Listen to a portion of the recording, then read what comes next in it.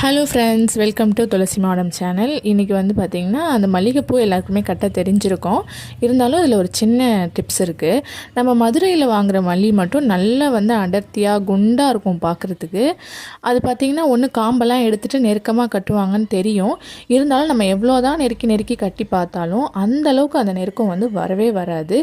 அதுக்கு ஒரு ட்ரிக் வந்து அவங்க ஃபாலோ பண்ணுறாங்க. அதை தான் நான் இப்போ வந்து உங்களுக்கு சொல்கிறேன்.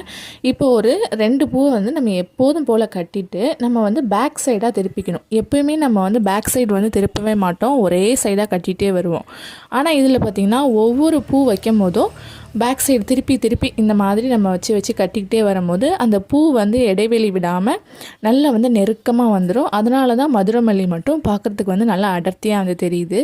இப்போ நம்ம நார்மலாக கட்டுறதுக்கும் இந்த மாதிரி கட்டுறதுக்கும் நல்லாவே வந்து டிஃப்ரென்ஸ் தெரியும். இந்த வீடியோ உங்களுக்கு பிடிச்சிருந்தா லைக் அண்ட் ஷேர் பண்ணுங்கள், சப்ஸ்கிரைப் பண்ணுங்கள். தேங்க்ஸ் ஃபார் வாட்சிங்.